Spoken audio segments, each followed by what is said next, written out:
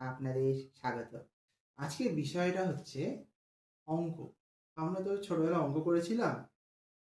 যেমন মনে করুন পটলবাবুর মাসিক ইনকাম হচ্ছে 15,000 টাকা। পটলবাবু বউয়ের পিছনে খরচা করছে, ছেলের পিছনে খরচা করছে, বাজার করছে, সিগারেট খেয়েছে, পান খেয়েছে।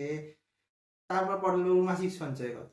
আরে পটলবাবুর মাসিক সঞ্চয় দিয়ে তোমার কি? হ্যাঁ, আমরা কি কোনো খেয়ে দেয়ে কাজ নেই যে এইসব করে বেড়াবো? আমার তো মনে হয় পটলবাবু এত যদি খরচা করতো 15,000 টাকা কি করে করতে পারে? পটলবাবুর কি অন্য কোনো ইনকাম ছিল না? পটলবাবু কি সত্যি সত্যি ওই কটাই মাইনে পেত? আরে আমাদের থেকে তো আমাদের শিক্ষকের বেশি টেনশন ছিল যে যদি পটলবাবু সঞ্চয় করতে না পারে তাহলে কি ওনার নিজের স্যালারি থেকে পটলবাবুকে টাকা দিতে হবে? এইসব দিয়ে আমাদের জীবন চলে গেছে।